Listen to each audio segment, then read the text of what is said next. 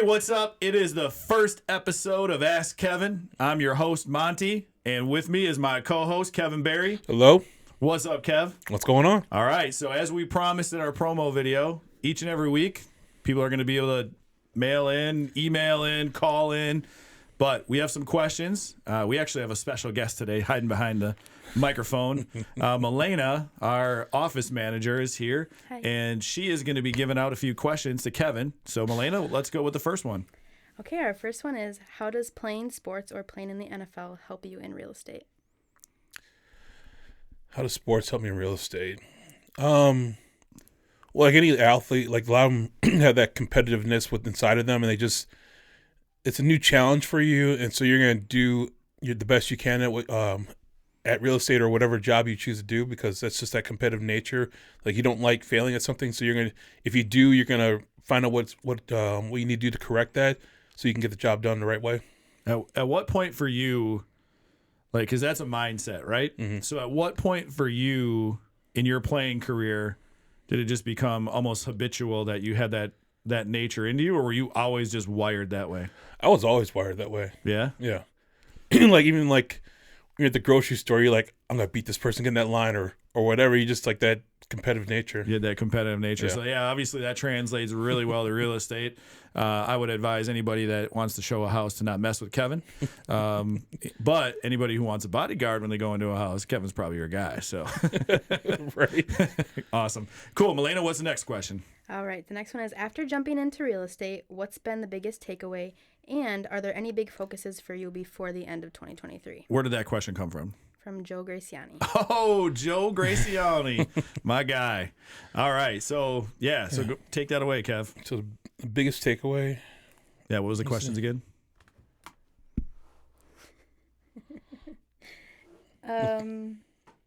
After jumping into real estate, what's been the biggest takeaway? So basically, like, transitioning from, well, you could probably tell people what you did before you got into real estate, and then, because we know you played for the Packers, but Yeah. it wasn't like Kevin, the NFL player, and then Kevin, the real estate guy. There was a few years in between. So what did you do right before this? Before this, I was working at like the Pulaski School District. I was coaching football there, helping coach track, but I was doing like also special education as an aide there. So working with a lot of different with different schools, like we're in elementary, middle school, and high school kids. So I dealt a lot with that. Worked in Howard for a couple of years, doing the same thing.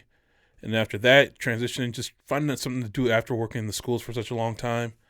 After talking with you for a while, like figuring out something else to do, I was like, that's something I can get into with like being flexible with like having the business and stuff like that.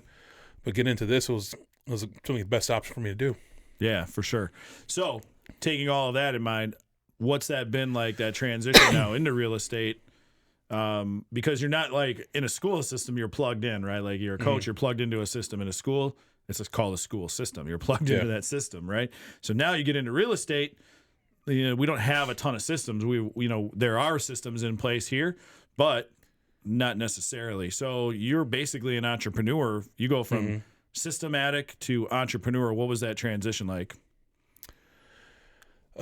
Just getting myself a different schedule again now, because working in schools and all, you have a schedule what you're doing, but now with real estate, you don't know what your day is going to be like, and basically how good you'll be is how you're basically your worst enemy. In a way, you got to kind of keep growing every day with this. Mm-hmm.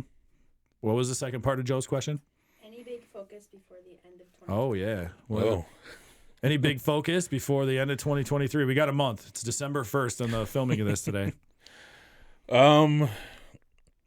I'd say grow more, especially when it starts to slow down a little bit. Use that time to grow and get ready for it, like learn new things, and be ready to go for when 2024 comes around. So a lot of business planning? Yeah.